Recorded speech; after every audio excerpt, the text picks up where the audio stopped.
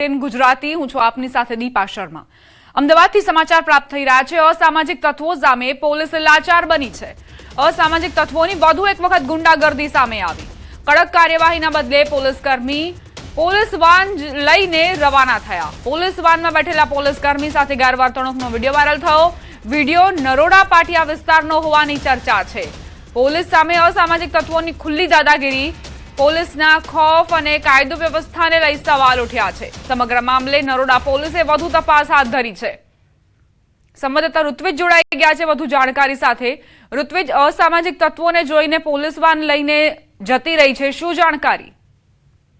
જી દીપા, સમગ્ર મામલે હાલમાં નરોડા પોલીસ દ્વારા વધુ તપાસ શરૂ કરવામાં આવી છે। જો કે પોલીસ અધિકારીઓનું કહેવું છે કે જે વિડીયોની અંદર દેખાઈ રહેલી પોલીસ વાન છે તે નરોડા પોલીસ સ્ટેશનની નથી, પરંતુ અન્ય કોઈ પોલીસ સ્ટેશન અથવા તો એજન્સીની હોઈ શકે છે। પરંતુ હાલમાં આસપાસના જે સીસીટીવી ફૂટેજ તેમજ જે નંબર છે, રજીસ્ટ્રેશન નંબર, તેના આધારે હાલમાં વધુ તપાસ શરૂ કરવામાં આવી છે।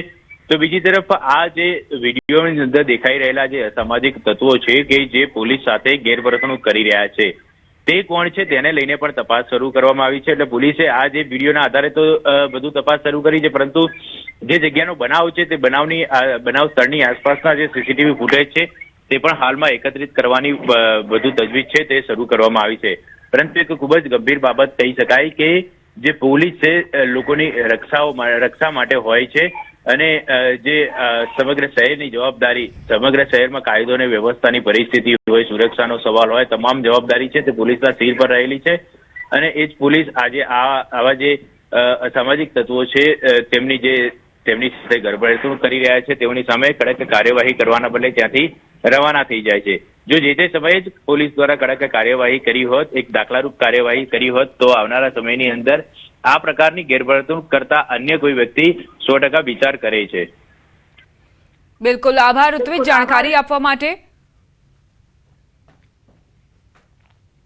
દ્વારકાથી સમાચાર। સલાયામાં આખલાઓનું આતંક યથાવત। જાહેર માર્ગ પર 3 આખલાઓ બાખડ્યા। શાક માર્કેટ નજીક આખલાઓનું યુદ્ધ જામ્યું। સ્થાનિકો અને રાહદારીઓમાં ભયનો માહોલ ફેલાયો। લોકોમાં નાસભાગ મચી ગઈ। આખલાઓના આતંકથી નાગરિકો પરેશાન થઈ ચૂક્યા છે। કાર્યવાહી કરવામાં ન આવતા હોવાના પણ આરોપ છે। સ્થાનિકોએ ભારે રોષ વ્યક્ત કર્યો। કાયમી ઉકેલ લાવવા માટે પ્રશાસન પાસે માંગ કરી છે। 3 આખલાઓ વચ્ચે કઈ રીતે યુદ્ધ જામ્યું છે તેના દ્રશ્યો સામે આવ્યા છે। એક રાહદારીએ અહીંથી વિડીયો ઉતાર્યો છે। જે આસપાસનો વિસ્તાર છે ત્યાં કોઈ પણ તમને લોકો ન જોવા મળે, કારણ કે આ આખલાઓની વચ્ચે અહીંથી કોઈ પસાર થાય તો બની શકે કે તેઓ પણ મોતને ભેટે। સ્થાનિકો એટલે જ વારંવાર પ્રશાસન પાસેથી માંગ કરી રહ્યા છે કે આ જે સમસ્યા છે તેનું નિરાકરણ લાવવામાં આવે, પરંતુ પ્રશાસન નિંદ્રાધીન અવસ્થામાં જોવા મળી રહ્યું છે। વડોદરા શહેરમાં પાલતુ શ્વાન પણ સુરક્ષિત નથી। રિક્ષા ચાલક ડોગને ઘરેથી ઉઠાવી લઈ ગયો હોવાની ઘટના સામે આવી છે। ગોત્રી વિસ્તારના સોમનાથ ડુપ્લેક્સમાં બનાવ બન્યો। રિક્ષા ચાલક ઘરના કમ્પાઉન્ડમાં રમતા પેટ ડોગને ચોરી કરીને લઈ ગયો। સમગ્ર ઘટના સીસીટીવી કેમેરામાં કેદ થઈ છે। પેટ ડોગના માલિકે પોલીસ સ્ટેશનમાં ફરિયાદ નોંધાવી છે।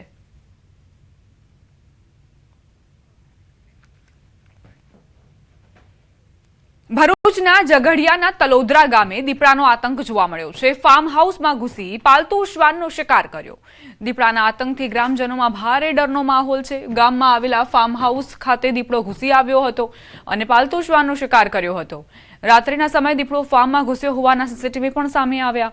સ્થાનિકોએ વન વિભાગને દીપડાની હાજરી ધરાવતા વિસ્તારોમાં પાંજરા ગોઠવી દીપડાને ઝડપી લેવા અને ગ્રામજનોની સુરક્ષા માટે જરૂરી પગલાં ભરવાની માંગ કરી છે।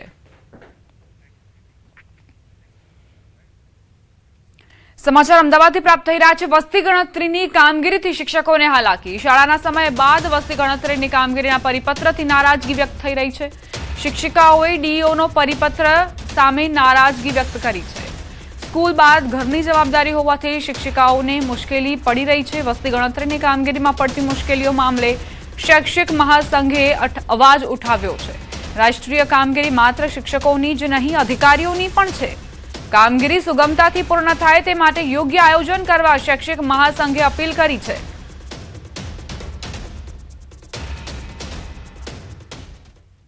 એટલે કામગીરી હવે મોટાભાગે પૂર્ણતાને આરે થવાની શક્યતાઓ છે। આવા સંજોગોમાં જેમ શિક્ષકોને રાષ્ટ્રીય ફરજ છે એમ કહીને ફરજ સોંપવામાં આવે છે તો આવા અધિકારીઓને શૈક્ષિક મહાસંઘ નમ્ર અપીલ કરે છે કે આપની પણ જવાબદારી બને છે. વસ્તી ગણતરી કામગીરી અંગે શૈક્ષિક સંઘનું નિવેદન. શૈક્ષિક મહાસંઘના પ્રચાર અધ્યક્ષ રાકેશ ઠાકરે નિવેદન આપ્યું છે. 80% શિક્ષકોને વસ્તી ગણતરીની કામગીરી સોંપાઈ છે. શિક્ષકોને ઘરથી 20 થી 25 કિલોમીટર દૂરની કામગીરી સોંપાઈ છે. શરૂઆતમાં જ તમામ 27 વિભાગોને સરખા ભાગે કામ સોંપાય એવી માંગ કરી હતી. વસ્તી ગણતરીની કામગીરી ઓન ડ્યુટીમાં ગણવામાં આવે તેવી માંગ છે. 27 વિભાગ છે ગુજરાત સરકારના, એ તમામને સરખા ભાગે જો થોડી કામગીરી આપે તો શિક્ષણ ઉપર કોઈ બોજ ના આવે. પોતાના સ્થાનથી 15, 20 કે 25 કિલોમીટર દૂર કરેલી હોય એવા સંજોગોમાં રાતના સમયે વસ્તી ગણતરી કરવા જવું અને એમાંય 80% જેટલી બહેનો છે એવા સંજોગોમાં કેટલું હિતાવહ છે આ પણ આપણા માટે સામે પ્રશ્ન આવીને ઊભો રહી જાય છે. એટલે આવા સંજોગોમાં ઓન ડ્યુટી ગણી અને જો આ કામગીરી રાષ્ટ્રીય પૂરી કરવામાં આવે.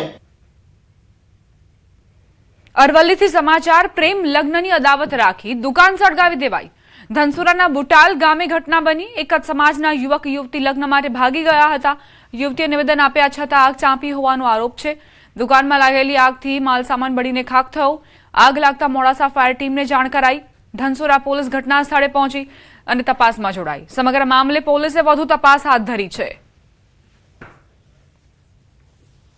તેમને આજે મારી દુકાન જે બુટાલ સ્ટેન્ડ ઉપર આવેલી છે તેને તેમના સમાજના આગેવાનો 20-30 જણાએ મારી દુકાન સળગાવી અને અંદર આશરે ફ્રીજ હતું, ટેબલ હતું, બીજું ઘણું બધું સામાન હતું એ સળગાવી મૂકી છે. વાવથરાથી સમાચાર. ખૂનનો બદલો લેવા ખેલાયો ખૂની ખેલ. કુવાણા ગામે ધોળા દિવસે થયેલી હત્યાનો ભેદ ઉકેલાયો. પોલીસે ગણતરીના કલાકોમાં 5 આરોપીની ધરપકડ કરી. 2025ની હત્યાનો બદલો લેવા પ્લાનિંગ સાથે હત્યા કરાઈ. મોબાઈલ ઘરે મૂકી પૂર્વ આયોજનથી હત્યા કરી હતી.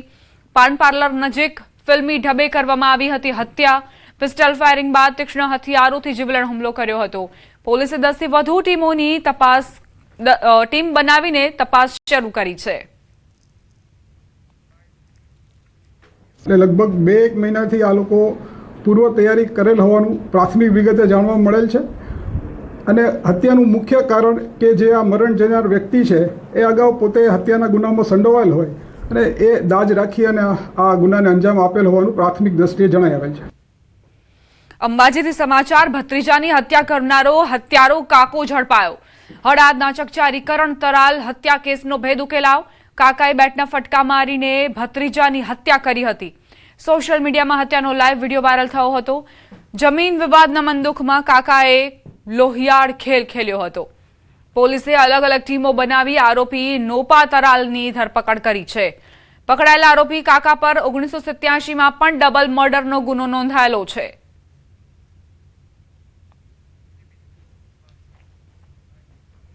દ્વારકાથી સમાચાર. 6 જેટલા બાળકોને ઝેરી વનસ્પતિની અસર.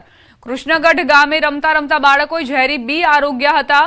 જેટ્રોફા નામના ઝેરી વૃક્ષના બી ખાધા હોવાનું સામે આવ્યું. બાળકોને તાત્કાલિક સારવાર માટે ખંભાળિયા સિવિલ હોસ્પિટલ ખસેડાયા. તબીબોના જણાવ્યા મુજબ તમામ બાળકોની હાલત હાલ સ્થિર છે.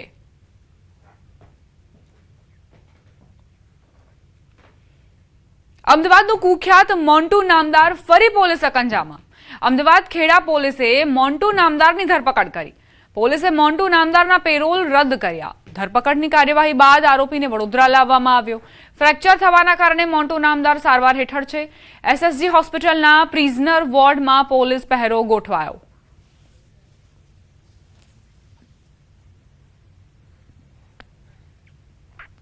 ઓનલાઈન ઓર્ડર કરી પ્રોડક્ટ મંગાવતા લોકો માટે ચેતવણીરૂપ કિસ્સો સામે આવ્યો. સુરતના કામરેજમાં નકલી પ્રોડક્ટના રેકેટનો પર્દાફાશ થયો છે. બ્રાન્ડેડ નામે ગ્રાહકોને ડુપ્લિકેટ સામાન મોકલાતો હતો. વેરહાઉસમાં અસલી માલના બદલે નકલી વસ્તુ પેક થતી હતી. ગ્રાહકના લેપટોપ રિટર્નથી સમગ્ર કૌભાંડ બહાર આવ્યું. તપાસમાં 170 ડુપ્લિકેટ પ્રોડક્ટ સાથે 82,72,000નો મુદ્દામાલ જપ્ત કરાયો. કામરેજ પોલીસે 5 આરોપીઓ સામે ગુનો નોંધી કાર્યવાહી શરૂ કરી છે.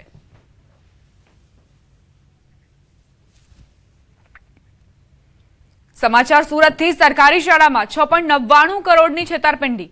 શાળામાં સ્કૂલ શૂઝનું ટેન્ડર અપાવવાના નામે છેતરપિંડી કરાઈ. ઇકોઝેલે વધુ એક આરોપીની પશ્ચિમ બંગાળથી ધરપકડ કરી. અગાઉ એજન્ટ કિશોર વાઘેલાની થઈ ચૂકી છે ધરપકડ. 6 આરોપીઓ સામે ઇકોસેલમાં ફરિયાદ નોંધાઈ હતી. ખોટા દસ્તાવેજો બનાવી ₹36 કરોડનું ટેન્ડર અપાવવાની લાલચ આપી હતી. 4.90 કરોડનો સ્કૂલ શૂઝનો માલ અને 2.49 કરોડ રોકડ કમિશન મેળવી છેતરપિંડી કરાઈ. આ મામલે ઇકોસેલે વધુ તપાસ હાથ ધરી છે.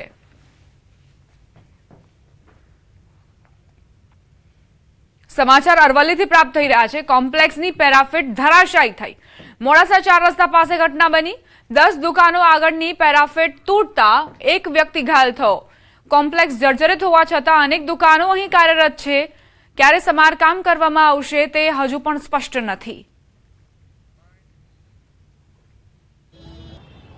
હું આ મેડિકલમાં 3 વર્ષ જોબ કરું છું. અચાનક જ આ નગરપાલિકાની ધરાશાયી ગગડી અને અમારા પાર્ટનર હતા એમને કોઈ ઈજા થઈ છે નીચે, બરોબર, અને અમે કોઈ નગરપાલિકાએ કોઈ નોટિસ આપી નથી. જે ઉપરનો માળ છે એમાંથી અમુક ભાગ તૂટી પડ્યો છે અને એનાથી કેટલાય લોકો ઘાયલ થયા છે. પરિસ્થિતિ બહુ નાજુક છે. આ આખા મોડાસાની અંદર આવી કેટલીય બિલ્ડિંગો એવી છે કે જે જર્જરિત હાલતમાં છે અને ચોમાસું ભરપૂર આવશે અને ખરાબ રીતે વાવાઝોડું આવશે ત્યારે આમાં કેટલીય જાનહાનિ થાય એવી છે. અરવલ્લીના મોડાસા ટાઉન હોલ કોમ્પ્લેક્સની પેરાફિટ તૂટવાનો મામલો. પાલિકા દ્વારા જર્જરિત પેરાફિટને દૂર કરવામાં આવી છે. જોખમી જર્જરિત બાંધકામ દૂર કરાયું. નગરપાલિકાના કોર્પોરેટર અને અધિકારીઓની હાજરીમાં કાર્યવાહી કરાઈ. ઉલ્લેખનીય છે કે પ્રી મોન્સૂન કામગીરી હેઠળ અગાઉ દુકાનો માટે નોટિસ અપાઈ હતી. જોકે કોર્પોરેટરનું કહેવું છે કે ફરીથી સર્વે કરીને નોટિસ આપવામાં આવશે. રાહદારી ત્યાંથી પસાર થઈ રહ્યા હતા તો ત્યાં ઊભા રહેલા હતા જેમની દુકાન હતી. તે લોકો ત્યાંથી આ એક સ્લેબ ઉપરથી હાઇટમાંથી પેરાફિટ તૂટી અને સીધી નીચે પટકાઈ પેરાફિટ, તો એમને થોડીક અસરગ્રસ્ત થઈ છે, થોડી ઈજા પણ પહોંચી છે. હવે આગામી સમયની અંદર નગરપાલિકા, અમે કારોબારી અધ્યક્ષ, પ્રમુખ સાહેબ, ઉપપ્રમુખ સાહેબ બધા ભેગા થઈ આનો એક સર્વે કરાવવા માંગીએ છીએ. નગરપાલિકાને ધ્યાન દોરવા માટે કે હવે ચોમાસું આવી રહ્યું છે અને ચોમાસું આવતા પહેલા જ આવી જર્જરિત બિલ્ડિંગને નોટિસ આપવામાં આવે. નગરપાલિકાની હોય તો એ જાતે ઉતારી લેવામાં આવે. નગરપાલિકા સિવાયની જે પણ બિલ્ડિંગ હોય એને નોટિસ તાત્કાલિક આપવામાં આવે. સુરતથી સમાચાર. ડિંડોલીની હોસ્પિટલ સામે પરિવારનો ગંભીર આરોપ. પથરીના ઓપરેશન બાદ દર્દીના મોતથી પરિવારજનોમાં ભારે રોષ. મૃતદેહ હોસ્પિટલ બહાર મૂકી ન્યાયની માંગ સાથે વિરોધ કરાયો. પોલીસે પરિવારને સમજાવવાનો પ્રયાસ કર્યો. તમામ રિપોર્ટ સામાન્ય હોવાનો તબીબે દાવો કર્યો છે. અચાનક કાર્ડિયાક અરેસ્ટ આવતા દર્દીનું મોત થયું હોવાની વાત તબીબે કરી. સુરતના ડિંડોલી વિસ્તારમાં આવેલી અનુપમ સર્જિકલ હોસ્પિટલમાં તબીબી બેદરકારીના આરોપ સાથે પરિવારે હોબાળો મચાવ્યો હતો. પથરીના દુખાવાની સારવાર માટે દાખલ કરાયેલા દર્દીનું ઓપરેશન બાદ મોત થતા પરિવારજનોએ હોસ્પિટલ સામે ભારે વિરોધ નોંધાવ્યો. મૃતદેહ સ્વીકારવાનો ઇનકાર કરી હોસ્પિટલ બહાર જ મૃતદેહ મૂકી પરિવારજનોએ જવાબદારો સામે કડક કાર્યવાહીની માંગ કરી. બીજી તરફ હોસ્પિટલના તબીબે તમામ રિપોર્ટ સામાન્ય હોવાનું અને પરિવારને ઓપરેશન અંગે સંપૂર્ણ માહિતી આપવામાં આવી હતી. દર્દીને અચાનક કાર્ડિયાક અરેસ્ટ થતા મોત થયું હોવાનું જણાવ્યું. સમગ્ર મામલે ડિંડોલી પોલીસ ઘટના સ્થળે પહોંચી અને તપાસ હાથ ધરી છે. આમાં કેવું છે કે કોઈ બી વ્યક્તિને કંઈ બી થાય એટલે કોઈ બી રિલેટિવને એને એવું લાગે કે એ છે, પણ છતાં બી એમની સાથે 2 રિલેટિવ હતા. એમનેથી તમે પૂછી શકો કે અંદર બોલાવીને સાહેબે ઓપરેશન બી બતાવ્યું, સ્ટેબલ બી કીધું, બધું એમને પિત્તની થેલી બી બતાવી, પથરી બી કાઢીને બતાવી, પણ વ્યવસ્થિત બતાવ્યું છે. પણ હવે કેવું આક્ષેપ તો લાગવાના એઝ અ હોસ્પિટલ હોય તો. બાકી આપણે પેશન્ટ સારું જ કરવું છે. પેશન્ટને, દર્દીને સારા કરીને જ એ જાય તો આપણી પાસે 5 પેશન્ટ આવે અને આપણે હોસ્પિટલ એના માટે જ બનાવી છે કે પેશન્ટ, દર્દી સારું થઈને આપણી પાસેથી જવું જોઈએ. જેમનું પથરીનું ઓપરેશન રાતે 8:30ની આસપાસ કરાવેલું, તે ઓપરેશન બાદ દર્દી ભાનમાં નહીં આવેલ, જે બાબતે પરિવારને શંકા જતા તેઓએ તાત્કાલિક ધોરણે પોલીસ સ્ટેશન જાણ કરેલ. જે બાબતે અમોએ ફોરેન્સિક પીએમ કરાવેલ, પેનલથી પીએમ કરાવેલ અને બંને પક્ષોને સમજાવેલ અને આગળની કાર્યવાહી પીએમ રિપોર્ટ આવ્યા બાદ કરવામાં આવશે એવું સમજાવેલ.